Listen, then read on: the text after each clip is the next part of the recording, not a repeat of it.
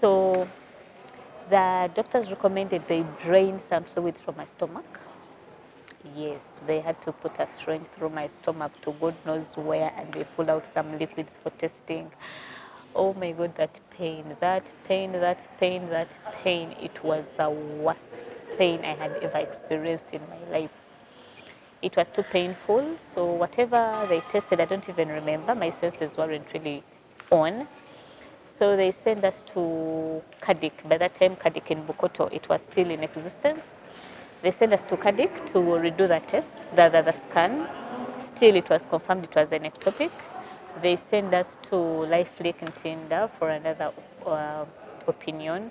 It was still the same thing. So we had to call the gynecologist that I had gotten in Mulago, and she tells us, rush to Mulago right now. You need an emergency operation. Get to Mulago right now. So we had to drive very fast, and my husband just kept telling me, Emma, hang in there. But the pain, you know, that time when you're in pain and you can't talk, you can't, you're just there. You don't even feel the pain anymore, I should say. I just thank God I didn't black out. So when we get to Mulago, oh my God, Mulago those days, people that have been to Mulago, that is an experience for another day, I can say. It wasn't a good experience. We had we didn't know where, because they told us come to Mulago, level B. So we didn't even know where that was. We had to ask an askari, and for him to direct us, we had to buy a chivera. Buying the chivera, getting to the ward, the guy actually refused us to enter because he wanted us to first buy the kavera. We refused. My husband is also Italian Gozi. So we had to go back home because literally the guy refused us to enter to see the doctors. So when we get home, we didn't know what to do. Mia had given up. I was like, but they had given me some strong painkillers inside, so the pain wasn't really that bad.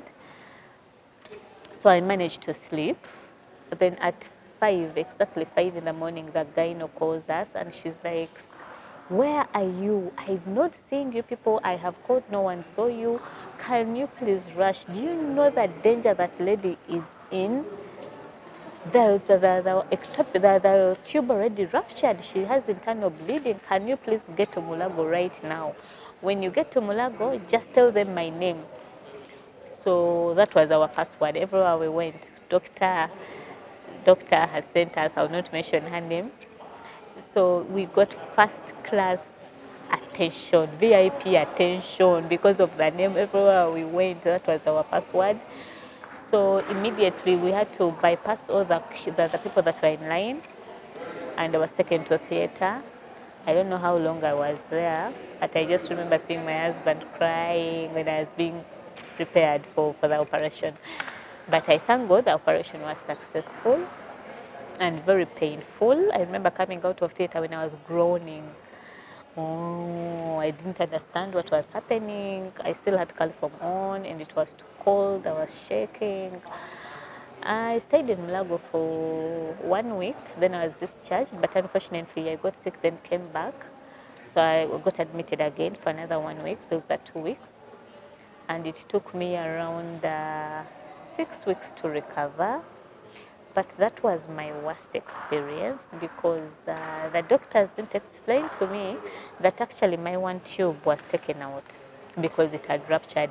I really didn't have any information about the ectopic. I didn't know what it meant. The only thing that I knew was that my baby had grown through the tube and the tube had burst. So I didn't know what next, only to learn later that I have only one tube.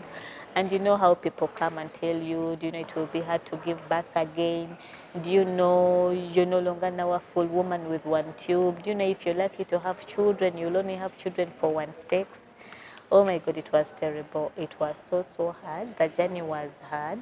I had no one to walk the journey with because me and my husband had no idea how someone can recover. Remember, we had just gotten married. We had not even done Kuchala. I remember I was still so young. I was 24. My husband was 29. Oh my God. I didn't have a strong support system. The recovery was so painful. So this is why I am here, to talk to my fellow women. If you are going through that, I need you to know that there is someone that has gone through it and has overcome. Fast forward, here I am with my one tube, a person whom they told I would never give birth again. I have 4 children that I never looked for.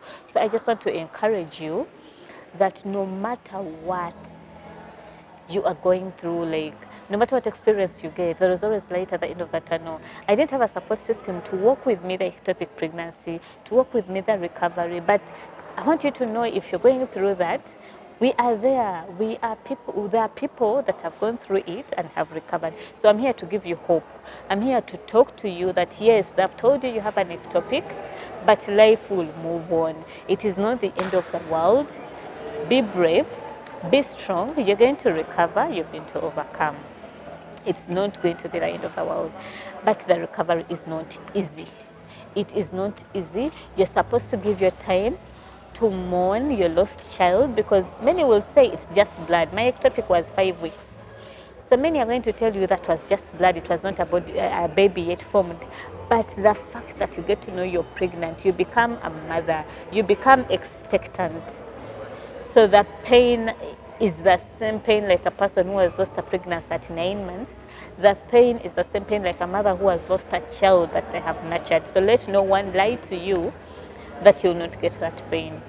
I remember everywhere we went, and I would see a mother carrying a baby, and I would just cry.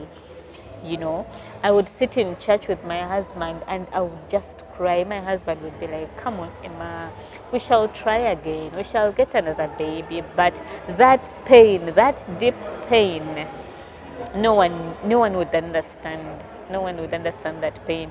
And it becomes so hard seeing a mother with babies. You're like, oh, this could have been my baby.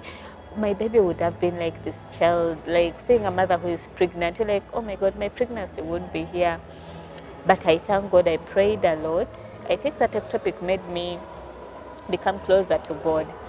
And little did I know that was my beginning of complicated pregnancies. That was the beginning of complicated pregnancies, because since that child that I lost, that I never got to know if it was a girl or a boy,